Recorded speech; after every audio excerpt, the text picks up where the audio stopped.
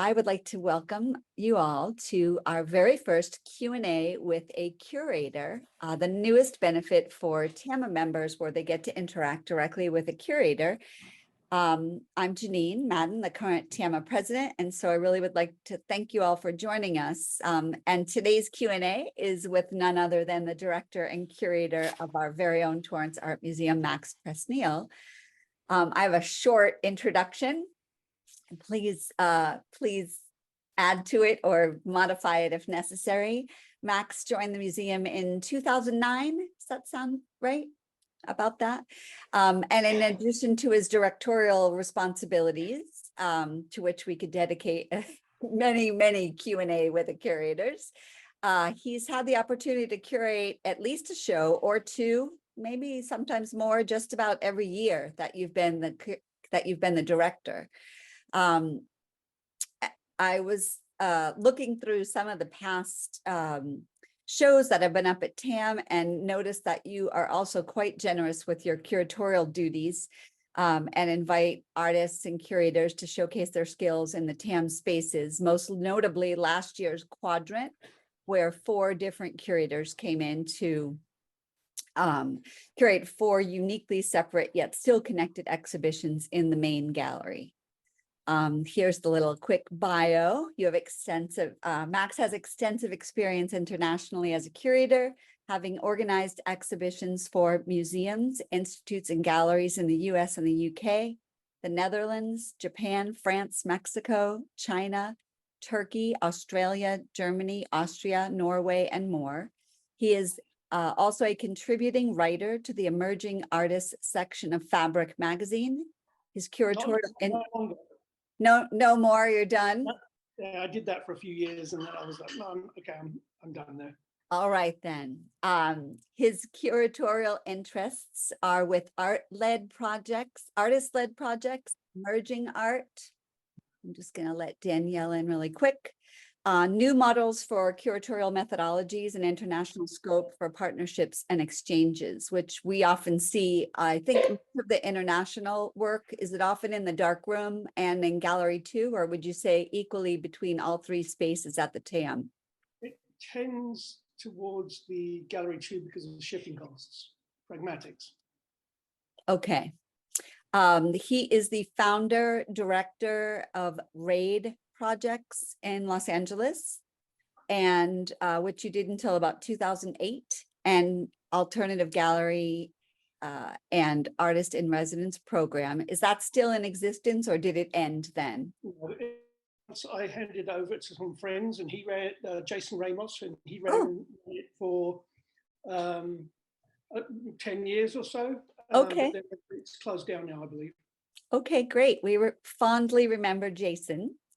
And the founder and curatorial director of ARTRA Curatorial, as well as co-founder of Durden and Ray in Los Angeles, an artist collective and gallery. And I'm pretty sure, do you have a piece there now that's on exhibition, or do you always have pieces?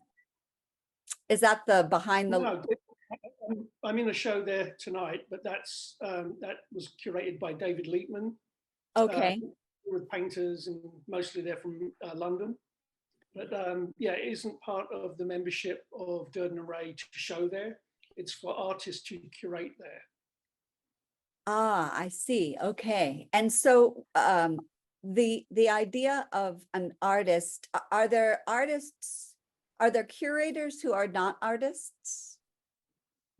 Most professional curators aren't artists. Yeah. I grew up though, grew up in the art sense, with kind of stumbling into curation by accident as an artist. And I just really, enjoyed it enough to keep doing it, where I found myself in actually an international conversation for quite a long time. I mean, this is before the internet, so it was writing letters. About what it meant to curate and how artists curate in different manners, different ways of doing it, and with a different understanding of the relationship of artworks to each other, I think, than curators tended to have, because mostly they were art historians, and that's a very different take on this process. And so, yeah, there was this group of people that were, and as the internet came along and we kept in contact and everything else, all discussing the possible ways that curation might happen. And so, yeah, as that moved from working spaces, I mean, artist-run spaces, to independent curation and that kind of thing. I was the director for a commercial gallery. All these kind of ways of doing that led to running a museum. And of course, taking over the museum, I wanted to bring that history of understanding of a different method of working to TAM. And I mean, if we were in Europe, I'd say it was a Kunsthalle. Our way of doing things follows like a Kunsthalle model more. And it also tries, and purely on a pragmatic way, trying to play to possible strengths, smaller, quicker to move, able to find newer things faster, take more risks. We don't have to do blockbuster shows. And we're not working for a museum where you get to curate a show once every 10 years. All of our shows, we have about one show every 3 years, or maybe 2 shows every 3 years, which are external that we bring in. And it tends to be that we work with them to bring something to, because they have an idea that we think is a good idea to present. So the rest of it is all in-house. We don't accept touring shows. We don't get into that kind of action on that side. So yeah, I mean, the model that we use for TAM just in itself is unlike most museums. I mean, I'm sure if you come across some in Europe that might be a little closer to what we do, but there's certainly not very many examples in California. Well, as I mentioned before we logged on today is the 17th. Is that what I was saying? 17th anniversary of the TAM being open. I'm going to check my notes really quick to make sure I didn't mess up on that.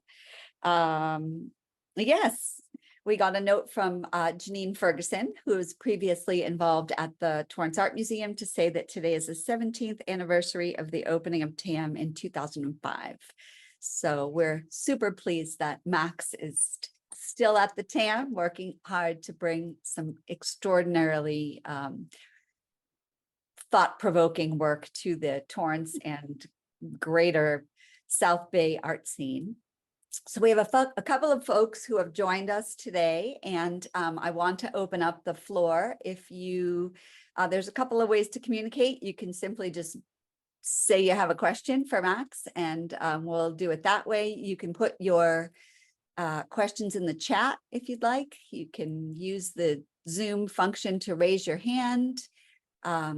But primarily the reason for our Q&A today is to elicit Q&A from the folks who have joined us. So I'm going to go ahead and let you all ask your questions of Max while we have him here with us.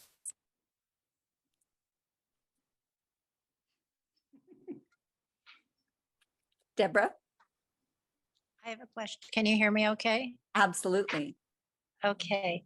I have a couple questions. The first is, when a curator comes to a studio, and maybe there is no answer to this, but I never know if I should be leading the conversation or allow the curator to lead the conversation. And maybe that's a personality thing.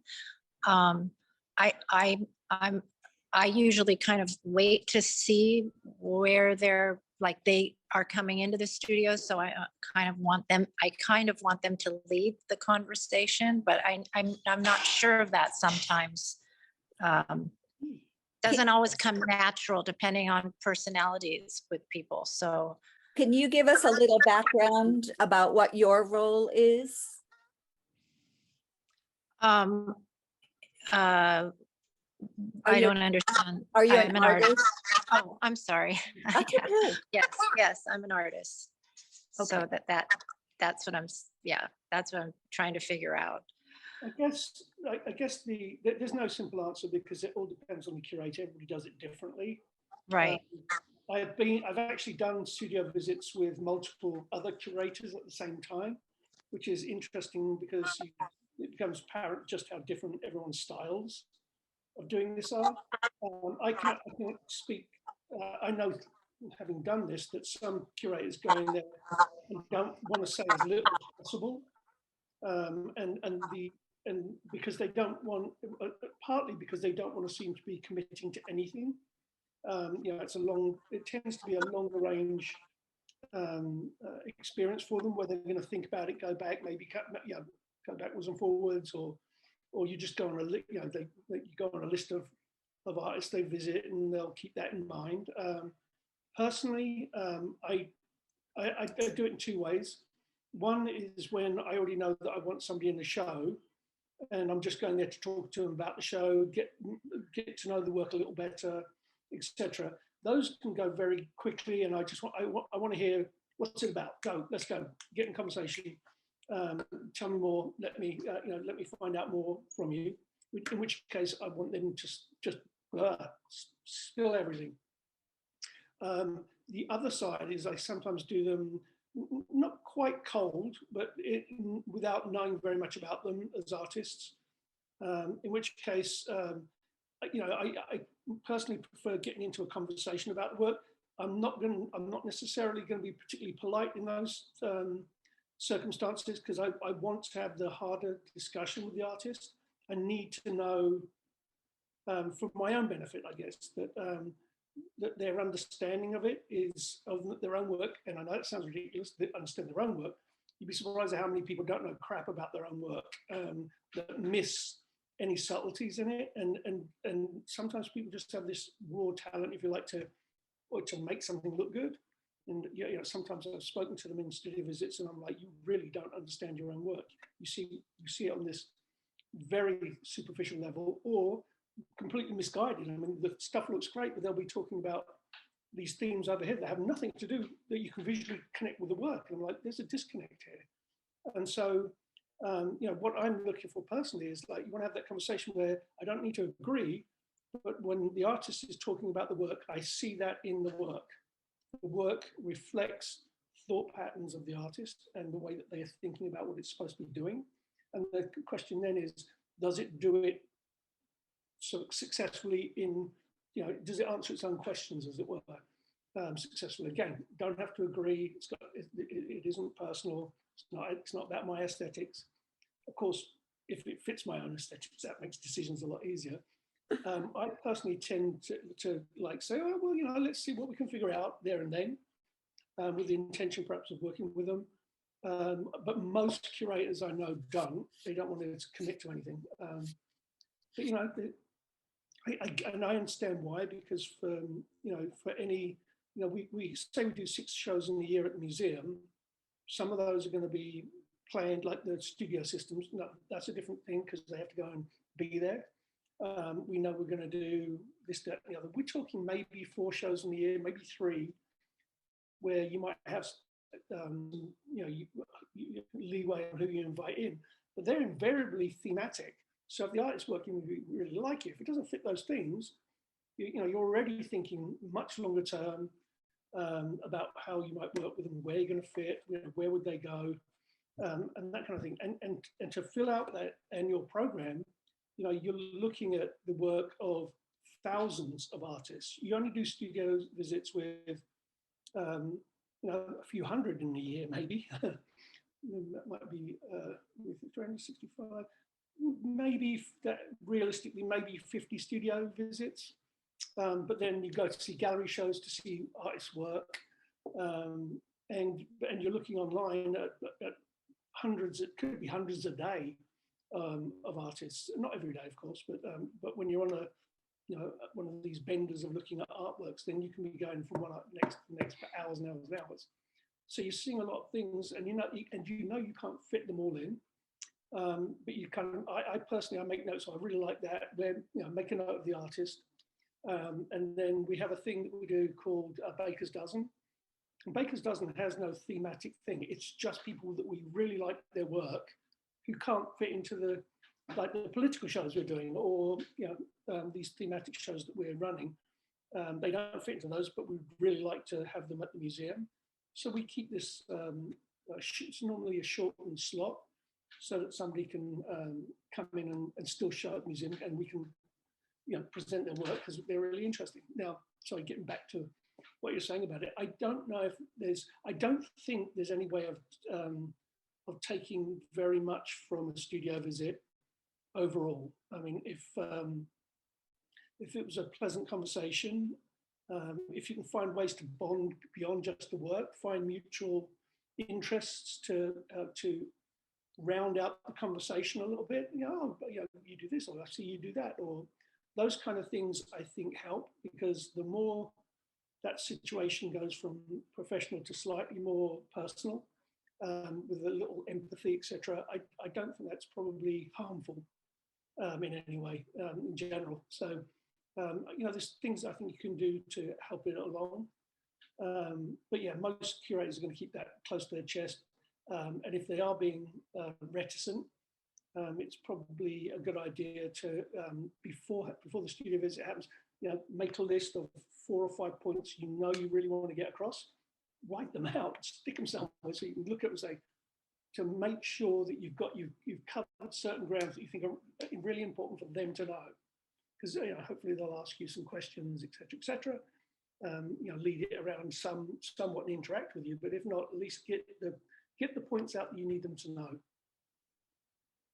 I think that would be useful. But again, I think it's a difficult question because everybody does this slightly differently. Right. Thank you. I appreciate that. It was a really a good answer. Thank you. And did you say you had another question? I'll get back to it now. I don't remember because I have all this in my head. So give me a minute. No problem. No problem. Hi. Hey. Hey, I just as far as planning shows out, I was wondering, aside from the recurring shows, how far do you usually start scheduling or planning shows in advance? So we're loosely, I have a calendar that ends at the end of 2027.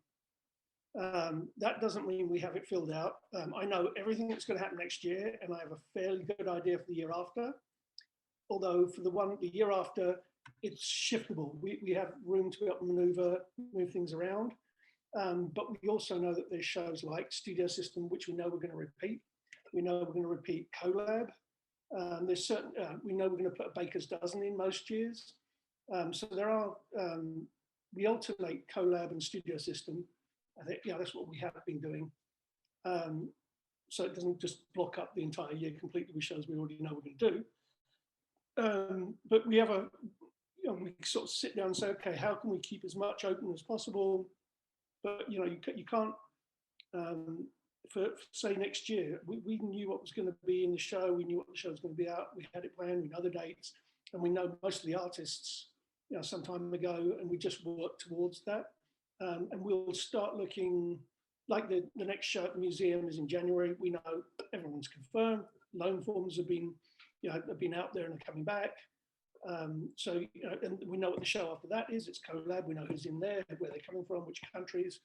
And we have a fairly good idea, for at least a year and a half ahead, I'd say. And as an artist, do you do the same? Do you know as an artist equally how far in advance you're going to be in a show? It can be completely, commercial galleries work in a much different way. So often things come up quite quickly. I have a fairly good, I know I'm going to be showing in Helsinki next May and Sweden next May. I know I'm doing 2 shows in England in next September. Outside of that, I don't know. Everything's a bit, we'll see. It depends partly on what's happening with the galleries that represent me. What their deal is, and some of those you just have to wait for the call. Send them images and say, here's what I'm doing, and then if they like it, they'll shift their timetable around. Samuel? Yeah, I was interested. There's a topic that keeps coming up regarding museums. It's all about making the programming ever more relevant to the community. And that's a very general thing to kind of throw out there. But I was just wondering what kind of concerns, I think the Torrance Art Museum does that very well. But spending a month in just now in this last month in Rome, I was impressed by the museums, especially the Maxi Museum, which is the Contemporary Art Museum, and just how engaging the exhibits were. And anyway, just Max, you know, in terms of, you know, how do you do that? That, I mean, to me, that's sort of a daunting mandate. It's a multi-pronged thing. So, you know, you're doing studio visits, you're looking at artist's work, and, you know, if you're doing that a lot, you can see certain things appearing. And you know, partly it's like, well, you know, our job is to respond to what artists do.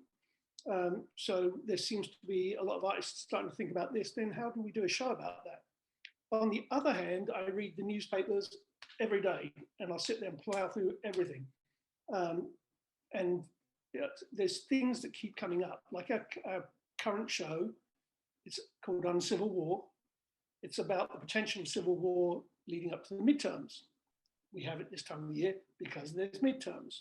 This was influenced from January 6th and a whole slew of articles in the newspapers about the potential of civil war in America, like this division, blah, blah, blah.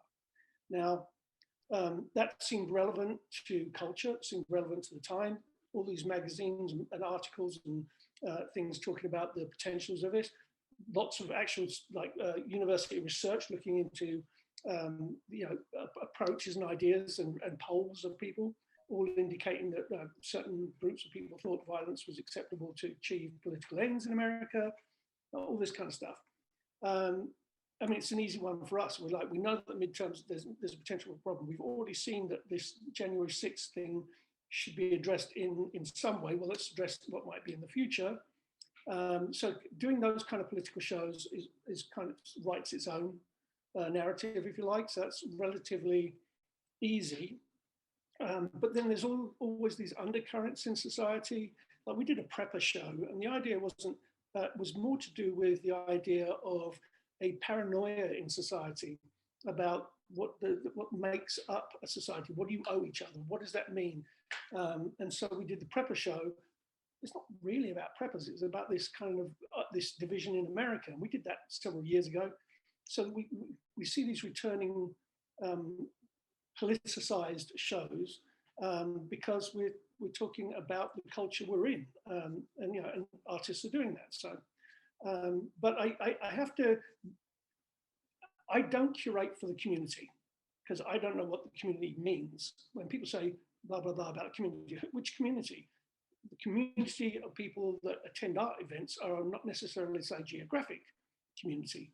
You know, and my job is to look at what artists, what people in culture might be thinking. Except my job isn't to say, well, what's the demographic in the mile around the museum? Let's do shows that apply for those people. That's not my job. I actually think that is a disservice to culture. My job is to bring the world to Torrance. Here's what the world's doing. Here's what artists around the world are doing. Here's what artists are thinking about. Here's what the culture's thinking about in general. Let's have a discussion about that. It really isn't about, well, who's running a stall at the farmer's market. So yeah, that isn't. So community is one of those words I tend to avoid as much as possible because if it has so many different meanings, it's meaningless. Anyway, but the kind of themes that we're looking for, yeah, they're generated by this kind of keep an open mind to what art's doing and what's going on in public, and then those things that we do like studio system, which is just the museum recognizes that it's small and has a lousy budget, and what can we do within that? And what we can do within that is we can take care of like these areas that nobody else is doing. We create our own niche program by including things that we think are really interesting to do, as long as you don't think that you're some big museum, you know, because MoCA isn't going to have a bunch of artists in there splashing paint around or whatever they do.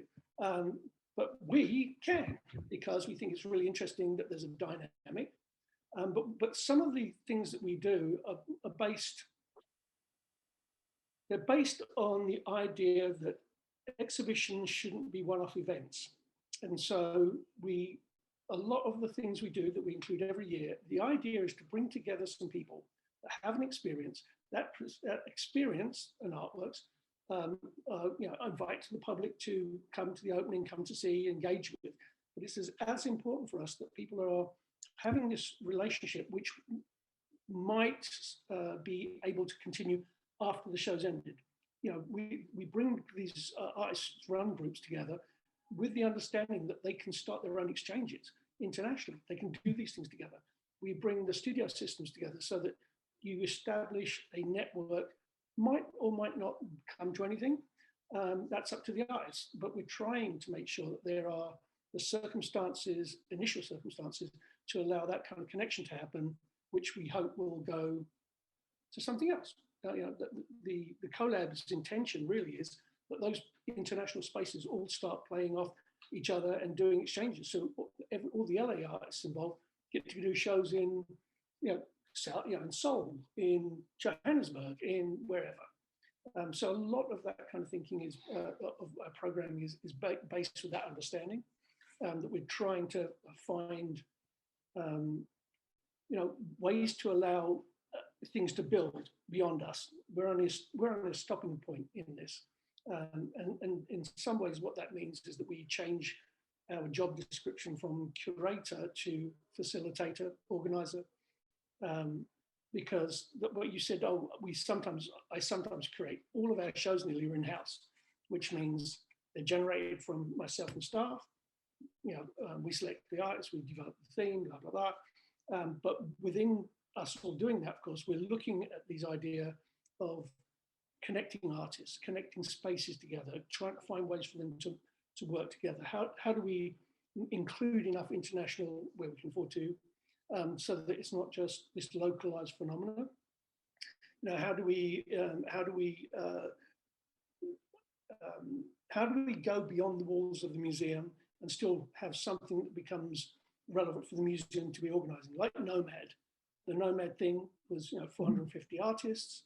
Our intention, we have a list of those kind of shows to do. Luckily, by doing ARTRA and Nomad last year, because Nomad had 5,000 visitors, that has got them on board with us being, and once they're on board, that means it's easier to get spaces, easier to inject money into these things. Not a great deal, but enough to, all right, we can make this happen a bit better and easier. So yeah, it's looking at how the museum can, the museum needs to adapt to what we think there's openings for, there are needs for bringing in independent artist curators to do Quadrant. You tell us what you think your your best show would be. If we like the proposal, then we'll bring 4 of you in and facilitate you doing that. I mean, so it gets out of, brings that kind of the presentations outside of our own little world of, well, no, let's do this. Like we're working on a Presneill show. We're working on, we're doing a disabled artists show next year. There's a whole bunch of these things that are all in the works at any given moment to really diversify, as well as the programs that aren't regular programs. You know, Collab isn't a regular museum thing. We're the only place. TAM is the only space I've ever heard of doing that. And it's the same for Studio Systems, and it's the same for Baker's Dozen. I mean, Baker's Dozen was created because of what the LA Louvre Gallery used to do, called Rogue Wave, a number of years ago. And we really liked Rogue Wave. We thought it was a really great idea. So Baker's Dozen is basically a reflection of that project. So we didn't initiate that one really. Samuel, did you have a follow-up? I think that covered a lot, and that's it. Good. You stayed unmuted. So usually that's the little signal that you have something more to say. before the event, we really weren't sure how many folks would join. And so we did, I had a few questions for Max, but to be quite honest with you, you've already answered almost every single one of them in what you've talked about. One of them was about emerging artists. And if I understand what you said correctly, or if I listened well enough, the idea that knowing your art, like knowing what it's about, knowing what you're trying to convey, it seems to be a very, it sounds like that is the path that you want folks to follow to, and I use the word be discovered. So how does that process work? How do you reach out to emerging artists to show at the museum? Research, get online, check it out, go to see enough exhibitions and find them. That's really good. So you go back and you look them up and look all over their website. I would say that for some younger artists have got, they've gone from websites to Instagram. I hate looking at art on Instagram. These small little images that like, it makes everything look cleaner and more graphic in some ways than it often is in real life. It also mixes up their private life with their images, which I'm not interested in. And if they take photographs of other people's art, it's like, well, who's what? Because I don't want to go through every single image, but I want to look at your art. I want to know what your bio is. I want to know where you've shown. I want to read your art statement to get a sense of what you think the work's about, etc. So I really, really, really suggest like keep a website. Use use Instagram a lot, whatever, but keep something that professional people can go to go, okay, this is where I find out the background. But seeing enough of these things, go through it, and sometimes you see some work and maybe you've seen several exhibitions they've been in, really like the work, etc. Those people that can go on and listen, you don't need to go and do the studio visit so much. Sometimes the people that get the studio visits are the ones you have questions about, don't know if I like it or not, need to be in the same room to find out if I like it more. Not always, but sometimes that's the case because you're kind of fishing. But then you set up the studio, you just go to their website, find a connection, email. Normally it's an email. Normally nowadays, I don't send it out personally, it goes through staff to set up a time to go on the studio visit, find out where they live, etc. I think I'm not sure what emerging artist means, okay? I mean, just be clear, I don't know what that means really, because it seems to have a different meaning depending on who you're talking to. And it really doesn't, the term itself doesn't really reflect very much, because what counts? If you've had a museum show, are you no longer emerging? Well, if you've not done many shows, I mean, who do you show with? Do you have a gallery? If you don't have a gallery, where are you on that if you've been showing a lot? So I find all of that really difficult to understand what that is.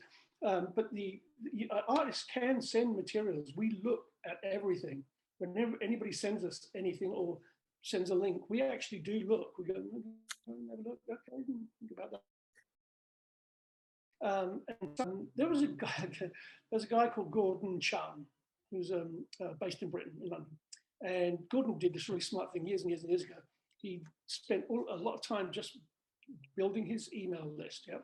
And every few months he'd send out this thing, oh, I'm doing this, and here's some pictures of new work, and it was all very friendly. But but as things went along with him, and he got some more galleries, and he started doing the shows, and he kept reporting it back to everyone. Before you know it, he's got galleries all over the place because people have been following it for a while, developed it, see other people are taking an interest. He did really well out of that, that whole thing. And it was kind of a smart thing, keep people informed. It can be irritating sometimes because people will send like every week, I'm in this shop, I'm in this shop. I don't, please stop. But, if somebody's sending something every now and then saying, here's some updates, this is where I'm at, then that can be good. And that was actually my question too, is this idea that, you know, maybe you're just fresh out of school or you haven't been to school. You just have this, as you mentioned earlier, this innate talent, or in your mind, you have this innate talent, or people have said, you know, you should, it's almost transferable to anything. You know, you're a very good writer, you should write. You're a very good singer, you should sing. Whatever the talent is that you possess, when people see it in you, and, you know, it's also very similar. What you're describing is very, very similar to the HR process. It's almost like going through all those resumes and trying to find who's going to rise to the top and why. And so there's typically some sort of differentiating fact or differentiating image or talent or whatever it is. And it also sounds like, from what you're saying, is that it's not this sort of, you know, this ubiquitous idea among Hollywood actors that you're just going to be discovered. There's a lot of work that needs to be put into it beforehand. And so my question was along those lines, you know, if you're not in a gallery or you haven't been asked to be in a show, what you're saying is you really kind of need to pound the digital pavement to get your work out there and get the attention focused on you through whatever, you know, through whatever means possible. I think there's a number of things that can, like, we at TAM are always interested in emerging artists, regardless of where you've actually shown, and we do put people who have never done a show in their lives into shows. And so we try and avoid that kind of hierarchical world where we only do shows with people that show at the top 5 galleries in Los Angeles. We're definitely against that kind of mentality of curation. I mean, I've met you know, museum curators who are really, really upset that people ask them to look at their work. I'm like, why are you in this job? You know, go and do something else. If you don't think part of your job is to look at what artists are doing, what's wrong with you? I do understand that there's always a constant pressure on them from artists. You know, they're constantly getting bombarded. I personally am quite informal as a person, so I'm okay about being approached. It's part of my job, I think. Although I don't like it when somebody's too casual and they just kind of come over and go, "Hey, dude, give me a show." Like, you know, I don't know you, bugger off. Send to the gallery. What's wrong with you? You know, so you know, you expect a certain kind of respect for what you do, and you expect people back. So, you know, I think that there's, you know, we try and keep an open mind. We do look at everything, and we are encouraged. You know, people can send, anybody can send something, and you never know who's going to get in, because we won't base it entirely on the, well, you know, you showed at the Whitney. Yeah, you know, so what? You know, that's a good thing for the artist. Great, good luck to you. That doesn't mean the show that we're going to do is going to be any better. Which I think we've been lucky on that. I think, well, or lucky, and we've done our research and homework in as much as looking back at, say, the Baker's Dozen over the years. There's a lot of people that are quite well known now in one way or another. We've done shows over the years with people who've, you know, gone on to bigger and better things. Because we didn't have that hierarchical, well, you know, I only take artists from Gagosian. We don't do that. Anyway, so yeah, the ways I think people can help their own case, keep in contact in a pleasant kind of way. They, you know, don't be demanding, because the people you can maybe be too demanding of have lots of other people being too demanding of them. And it's very easy to just like, right, relegate that person out, because I've got 10 places for this show. I know 100 artists that will fit, and I don't want to be dealing with somebody that's going to be a pain in my ass.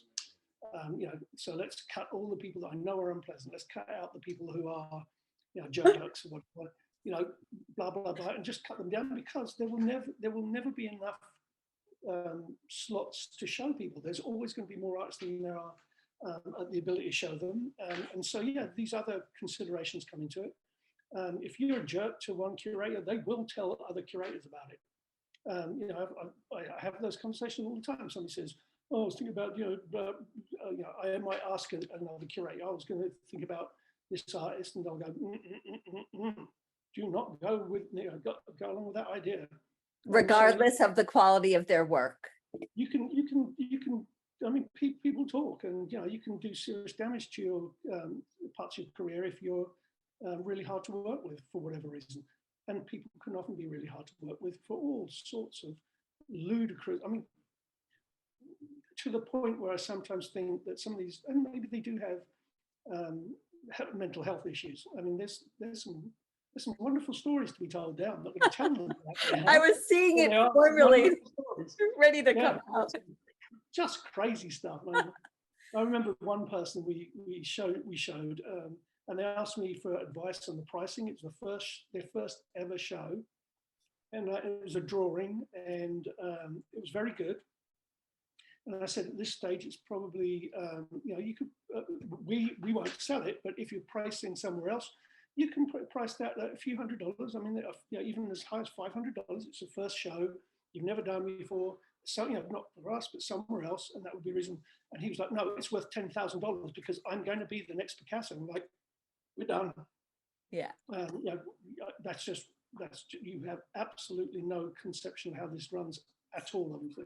And there is a thing about that. It's like, because I like sports, I like sports analogies. It's like if I wanted to play soccer for my favorite team, I don't just walk on the pitch and say, well, all right, give me a place in the team. And somebody says, well, which position? I don't know which position. I don't know the rules. Oh, is that the ball? If you're going to be part of something, at least try and understand how it works a little bit. Otherwise, because people say, oh, I make my work for myself. Then why do you want to show it? You've seen it. So, as soon as anybody wants to show it, then they're talking about these other entities that are engaging with the work. And so there are social aspects to that you need to be aware of as an artist. If you want to show your work, if you don't, put it away. And this whole idea of being discovered normally means do loads of shows, and somebody will eventually see it, and it will go like this. The ways that I think are really important, I personally believe heavily in becoming really actively involved in the artist-run gallery scene. I have a huge amount of admiration for that scene. It's always, they don't make any money on these things, but they still run these galleries so people can see their artworks and et cetera, et cetera. And I do believe in that kind of self-motivated activity. Get out there and work for yourself on getting stuff. And there, nearly everyone, I mean, 99% of all the artists out there have been through that process. That's how they got where they are. There are the rare occasions where they were picked up at Yale to join a big gallery. But even then, they still often do these shows with artist-run spaces. It also, if you have that attitude where you're too big to showing them, then you're the problem. And even that is like, I don't really want to work with somebody like that either.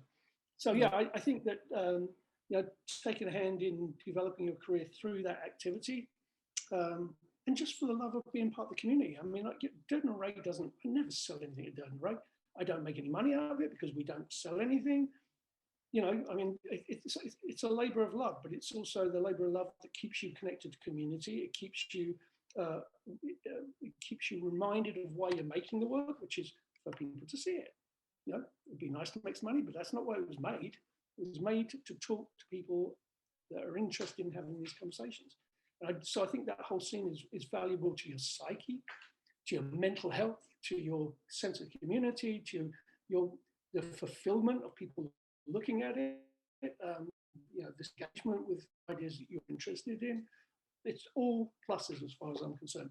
No money in it, hey, that's why we have jobs, most of us.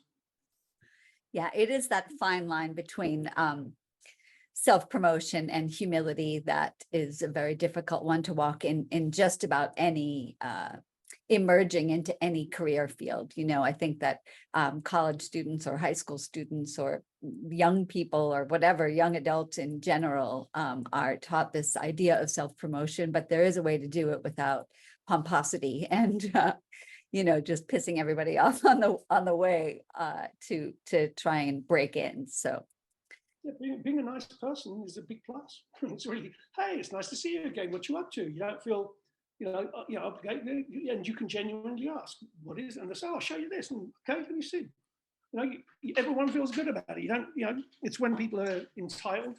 I mean, I've had people saying, well, so you're going to give me a solo show? And I've just literally just making you're a new artist. No, you're not going to get a solo show. And it really pisses me off because, that's not what we do. That's not how it works. And all you have to do is just be pleasant. And even if your work's crap, if you're pleasant, then you don't mind having this conversation over a period of time that maybe they'll get better, maybe whatever will happen. If you want to be engaged in the bigger community, that's the social, this whole world, the art world. Don't be a dick. This seems to be a good advice in general. That will be the title of this Q&A. I'm sorry, but that is my favorite saying in the whole thing about the art, like advice to students when I do lectures and things is, don't be a dick. Yeah. If you're not like that, there's a potential people want to work with you. Maybe people want to invite you to things. They might, that when they think about who they're asked to bring in a friend to an exhibition, it'd be nice if you're one of those people because they thought, I like them. And I know 20 people with talent, but I really like these three particularly. It's just human nature. I don't know. And I don't feel at all that there's this need to just only be professional. That's rubbish. Everybody's affected by how you feel about people. It's just a reality of it. And if somebody's really unpleasant to you, no, I don't care how good you are. I've literally we've thrown people out of exhibitions before they've opened and removed their works because they were so unpleasant. And that goes not only to me but to my staff. You insult the staff, and that way you're insulting the institution. We don't want to work with you, and you can leave and take your work with you. So you touched on the idea of a solo show, and at TAM you have had several, particularly in Gallery 2, you've had several artists with solo shows. I remember when I lived there, the one, and I'm trying to remember because they also had a piece in the lobby space. It was like automotive. It was 3-dimensional sculptural work with automotive paint. It was a while ago. It was amazing. And so how do you, it was so cool. I love that work. And so how do you determine, that was one of the questions. And I know that other than the being a dick part, but how do you determine who gets to go into those spaces and what contributes to that decision? A lot of things go into it. One is that there's enough work of high enough quality that we think that they'll hold the space well, that they'll work within that. Now, we've only ever done one solo show since I've been there in the main gallery, only one, and that was one of the very first shows I did there. We've never done another one since. The huge space, my goodness. Yeah, but I feel that solo shows are not really what the museum should be about. We're about this idea of connecting ideas and finding these networking of themes so that the show as a whole has these levels of meaning going between different people, like a dialogue, not just like, oh, this is nice, they're interested in this, and here's a bunch of examples of it. I'm not really interested in that as a thing for the main gallery.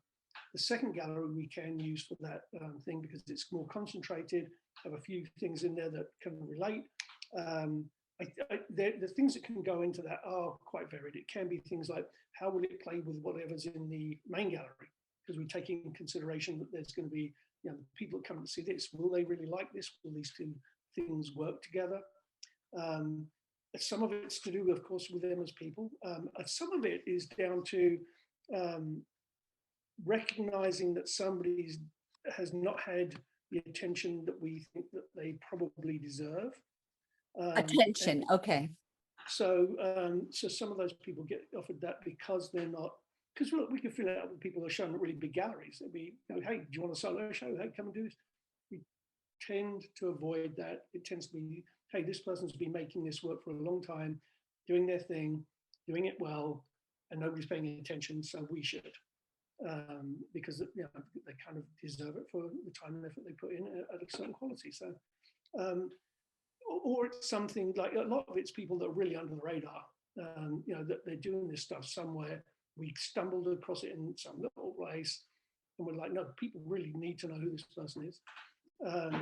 Sometimes, sometimes it's just that, like an idea has its moment. you know, what you know, that you come across, you think that you talk to the arts about, and they're talking about this, this, and this, and you think, wow, that's something that really is relevant right now. And so they get invited in for that reason. It's a host, and no show is, there is no show that we do which is a simple reason. Unfortunately, it'd be so much easier if it was. You can just say, a simple reason, let's do this. That's So not how it even the January, even uncivil as a result of January 6th, obviously those events just happened in 2021. And so along with the timeline you were talking to Danielle about, do you just hold the space for those sort of relevant types of things that just pop up when they, you know, not, and I don't want to say just pop up, because obviously Uncivil War was curated, you know, with an incredible amount of thought behind it, but tends- obviously as a result of things that just happened last year. Well, I mean, developing shows is always ongoing. Like they can be, we've done so many shows that we're like, oh, that sounds great. We start expanding the narrative, start making a list of artists, and they go nowhere. Or they take years and years, because they, you know, you'll have, you know, if you said to me how many ideas are we kind of currently thinking about, we could probably list 20 shows that were like, oh, this, and this. And some of them go very quickly and then slow down. Some of them go really, slowly the whole time. Some just don't go anywhere. We think it through and then think there's just not enough artists that are really doing quality work that really fit this thing. Those things get jettisoned. Sometimes, you know, just suddenly something happens and then boom, there's a bunch of things that might make this really good. And so we're constantly developing all these other shows, not knowing which ones will ever go forward. Now, when something like January 6th happens, we know that there's something that's worthwhile to respond to here, because this is absolutely, you know, a serious thing to do with culture. And but from our point of view, we knew we wanted to do something with it. We were looking at some artists initially, and then, but you have to be careful. We're not making a show that's just pure propaganda about it. We're not actually making a show that's directly about January 6th. We're making a show that's asking artists through their practice who might be doing things quite oblique in some ways, but have in the context of the relationship of all the artists in the show and the title of the show and the aims of the show. There's these, there's a complexity that can grow, and we're looking for that complexity. How do we bring in these people that some of them are very direct, some of them more oblique, some of them working. Some of the work might not have been to do with the January 6th at all.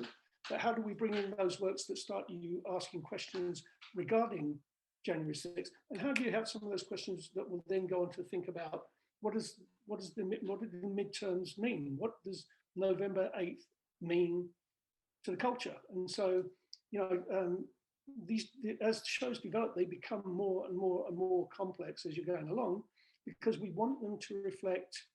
We don't want to have a simple thematic unity in here's my thesis, here's me proving it. What we want is a bunch of different ways of thinking about a subject, and by putting them in the same space, it starts this networking of ideas that in itself creates subtlety and complexity.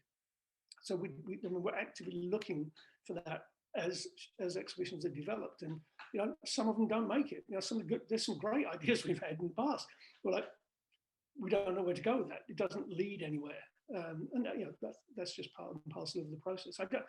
It's amusing when I think people go to a museum, they see a shop, and they go, "Oh, look, they just got some artworks and they put them all in here," and they don't realize that for everyone that gets in there, there's like 10 shows that didn't make the grade, that didn't manage to get far enough. You know, that got put aside. There's also shows that one can think about, and it just waits to, you know, it percolates, then bam, you know, and then suddenly everything's in place, and the show can happen really, really quickly, because its time's come somehow, and that tends to be in response to seeing enough artists that are really connected to that idea. So yeah, it can be things can come from nearly anywhere. It takes a lot of time and effort and thought to kind of get them to come together, because we don't want to do that thing where I know two artists whose work is really, really similar, and they talk about the same thing. So we'll just fill up the gallery with those two. They have a show, and it's a completely unified show, and it really works well together. And unless it's starting to come to, unless you can do that, and if it had the kind of complexities and subtleties of thought, and kind of variations in the way to understand it, we'd be willing to do that. And in the future, we actually have a potential plan for 1 year in the future of only doing 2-person shows to play off artists together.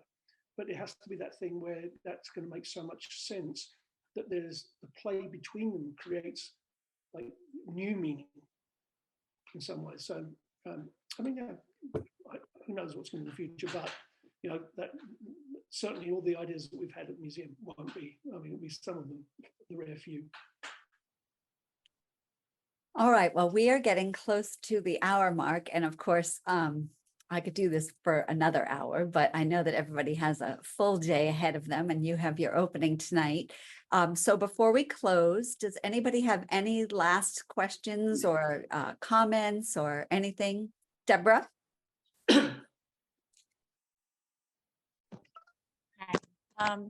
I have one more question, the one that I remembered. So this is back to a studio visit. For you, Max, do you usually is a conversation come on organically for you when you go in a studio, or do you kind of have a standard set of questions you want answered when you're there? Like, what artists do you admire? You're asking the artist that, or do you work every day? I don't know, whatever. Yeah, I don't ask those questions because I don't care. But what I prefer to do is come into the studio, nice to meet you, blah, blah, blah. And I just I want to hear the elevator speech. Give me the quick breakdown on what you think this is about. Not because I'm not interested in the complexity. We can get to that. I want to know what you think is going on quickly so that we can start a conversation. I like to, I'm quite happy when those conversations get quite complicated. I like bringing up where I see weaknesses, like explain that, here's what I think is a problem. How do you explain this? Because sometimes very, very smart people, you look at something and you're missing it. I'm missing it. I'm not getting it. And then you say, well, what about this problem? And they go, this, and you go, oh, wow, that's fantastic. What a great answer. And those kind of responses really impress me. That's always good. I always feel pretty good when somebody either surprised me or in a nice way or impressed me that way. So no, I prefer somebody saying, okay, let's get down, because the curator is there to talk about your work. So when they come in, let's talk about my work. Here's some of the things I want to talk about. Here's some of the aspects. So there's 3 things I want to get to immediately, and we can go back to this. And here's some of the worries I have. This is where I'm not sure whether this is going. Here's where I think it might be going in the future. Having that conversation, particularly as a practitioner myself as an artist, I want to talk art. I don't really care, because sometimes artists do this. Well, I'm showing it, and then I've got a show lined up. Well, that's great. I don't really care. I want an artist to artist curator conversation. I want it to be about what's going on in the work, and if it gets deep and meaningful, hey, great. If it doesn't, then hey, that's as far as it went. Nice to thank you for having me at the studio. Then I'll leave. But I do think for me personally, casual is good, but intense is better. I really, if somebody comes in and says, well, it's whatever you want it to be, well, then you're not thinking hard enough. I've had people do that, and I'm saying, well, that's an abdication of responsibility. And their response is to get defensive. Well, that's the conversation we have. If you just say it's about whatever anybody's saying to you, then you're an idiot, because it's not about anything to you, and that's not good enough. I want people to say, this is what I think it is. This is what it's about. This is why I make it. This is why I care. And then my job is to say, well, okay, does that fit? Does that seem right? And does it make me care? Because the works I most want to show are the ones that I care the most about. I think it's really interesting. I think they're really well done. That they have this thing. I mean, that's it's not just about being an artist in that sense. I mean, for most of you guys go to art openings, yeah. I mean, you go art rings because you love seeing good art. I mean, your studio visit is the chance to talk to the artists outside of the din of the opening about what they're doing. I think it's generous of people to open their studios. It's generous of people to go and listen. And so it's a mutually beneficial exchange, even if nothing comes of it, because the competition's fierce, etc. But it should be a pleasant interaction where I know something now more than I did before, and the thing that I think is difficult. Artists often get themselves in this mental state where this matters. They're going to come in and something is going to be different. I think that's the wrong approach. What's going to happen is I'm going to talk to somebody about what I do. Somebody's going to take an interest in what I do.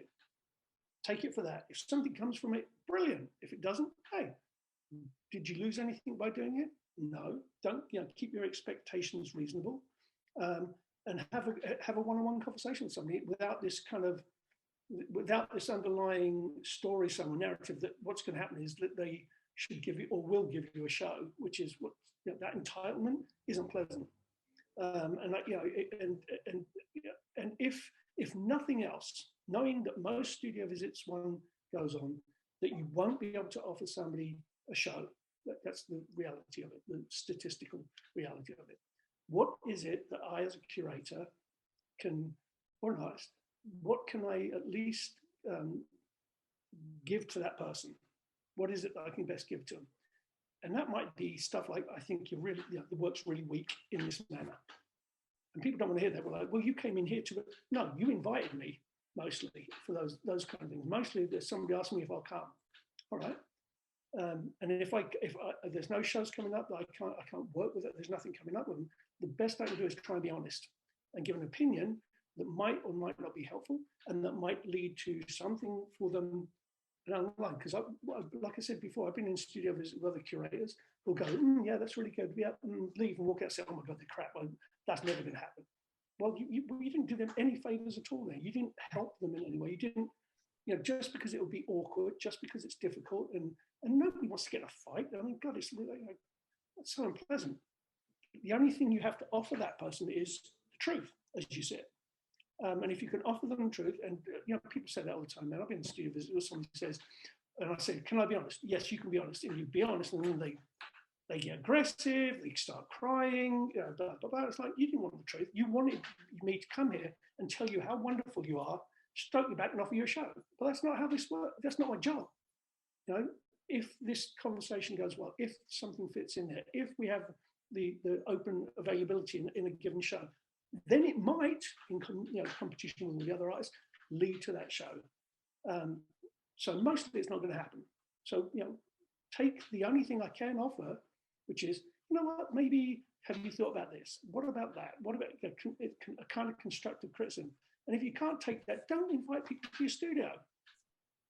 If you can't take the truth, you shouldn't be in this business, because at some stage we tend to think that we're dealing in truths of some sort. I mean, capital T, small t, we can always argue about this, but I can't say for sure, but I would guess that both of you two, as I can see, would talk that there's some idea of truth behind what you make, that these things get into something that might be accurate in some ways. And so we think of ourselves as artists as dealing in some kind of truths, and too often they don't want to hear it from anybody else because it doesn't fit into making them feel good. It doesn't, and then there's sometimes, well, this person came in and they attacked me. No, the person came in and gave you some advice. You don't want to take it. That's your decision. But don't, that's led to many difficult studio visits in the past. But my job isn't to be a best friend. I'm not here to tell you how wonderful you are. I'm not here to end up like we're going to be going out as friends somewhere. That's and even if it's just professional, I'm under no obligation to show you the work. That isn't my job. If I find something I like to show, we'll figure it out. Sure. There's that authenticity, I think, that most of us would really benefit from if we were able to adopt that in almost every conversation we have about almost every single thing that we talk about in life in general. So it goes far beyond the art world and just extrapolates out to life to say that, you know, being genuine and authentic and, you know, like you said, if may I be honest, is a valid question. And so, you know, if you say yes, then you need to be prepared to hear the answer. So I've had terrible studio visits myself. I mean, you know, curators come around and it's like, that didn't go well. I mean, it might well personally, because I'm not going to take it too badly and everything else, but they're coming on, they obviously have no interest in this at all. And so I know, so what's interesting about that comment is that, you know, some people may look, and again, so your work in particular, and I know we're super running out of time, but how much, and that was one of the questions that I had, how much does your own personal, and again, maybe being a curator is a little bit different. Like you said, you know what your job is and what it isn't, but how difficult is it to separate your own likes and your own, when people come into your studio and they're looking at your work, how do they transcend that idea of, you know, I may not like it, but it's going to serve a need or fill a purpose somewhere else. Do you see what I'm trying to say? There was a very disjointed question. There are two different things. I have plenty of friends who I really, really like personally, who make crappy work. I have some, you know, there are people out there who I can look at their work and say, it's very, very well done. Aesthetically, I hate it, can't stand it, doesn't do anything for me at all. And vice versa, there's things that I don't like, but I really don't like, recognize as really talented, or things that I recognize as being really bad, though they're famous and successful. You know, I think there's plenty of Emperor's New Clothing out there. You know, and you just have to, you know, you decide, you develop, and over time you kind of come to those things which are, you know, why do you like something? And it might not be even like some of the things I love the best, I never liked aesthetically. It wasn't about that. It was about these other qualities that the work had. And there's things that I really, like I say, that I could be aesthetically really drawn to, and it's rubbish. You know, I just like it. For no good reason half the time. It's just like, hey, I love those bright colours. There's no meaning here. It's complete rubbish. But look at those colours. I actually find it really, really easy to compartmentalize these differences. You know, the key of it, when I was a university professor, one of the things that became apparent when I very first started doing that was that some people teach according to their own aesthetic, and other people, but for me, it was always, I teach to what is it you're trying to achieve, how well you're achieving it. It has nothing to do with, I remember this one artist, it was years and years ago, I was teaching on an MFA program, who was using Aboriginal kind of dot patterns, and it's kind of equivalent to that kind of dreaming. And I absolutely hated the work. I absolutely, there were so many problems with it, but the conversation isn't about whether I like it or not. The conversation is the philosophical kind of spiritual world that you exist in. How does this work in those terms? And how does it exist in terms of being a little colonialist when it comes to cultures not yours? How does that work? And so the conversations are about that kind of thing. Not really anything to do with liking or disliking, because your job isn't to get them to make your work. Your job is to get them making their work the best way that they can. And so, you know, a lot of those conversations I think are easy to have because they're not about what I like and dislike. You know, it's really great when I really love somebody's work, you know, and go and get to talk to them about it, and it's fantastic.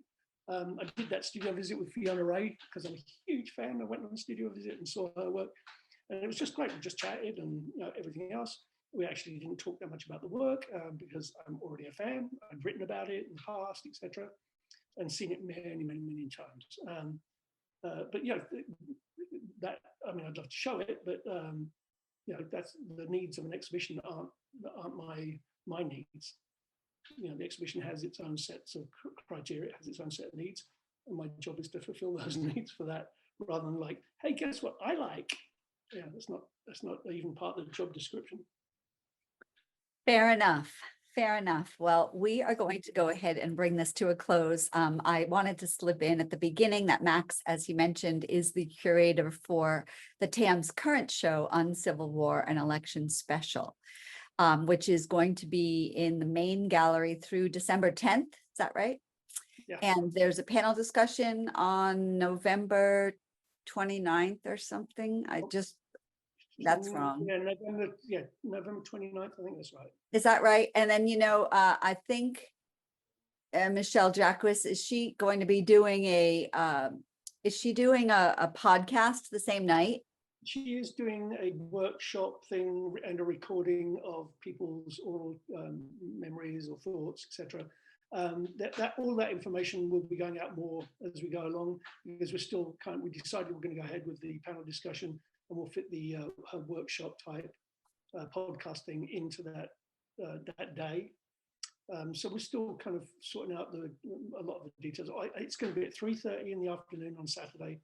I think it's the 29th of November. Perfect. Outside of that, it's like, yeah, I don't keep too many of those details in my head very much, unfortunately. There's a lot of other So, details you yeah, need I to, have to remember it. a lot of I don't details. even you need to- remember my wife's phone number. I was just going to say, there's so many other things you don't want to knock out accidentally. The TAM, as everybody logged on knows, but people watching may not know, the TAM hours are Tuesday through Saturday, 11 a.m. to 5 p.m. Admission to the museum is free, and donations are accepted and appreciated. So if you find yourself in the Torrance area and you want to visit, that's when you can go. I'm always surprised at how many Torrance residents are unaware that we have such an outstanding museum, for some quite literally in their own backyard. More information about what's showing at the TAM can be found on their website at www.torranceartmuseum.com. This Q&A will be is being recorded, and will be posted to our YouTube channel, along with our previously recorded TAMA talks. You can access them through TAMA's website, www.tamadvocates.com. So with that, I want to thank everyone who attended today, particularly Max. I appreciate your time and your knowledge and your generosity in sharing your thoughts with us. Anybody else before we log off? Thank you all so very much for coming. We really appreciate it. You have a great night. Thanks, guys. See you all again soon. Bye-bye.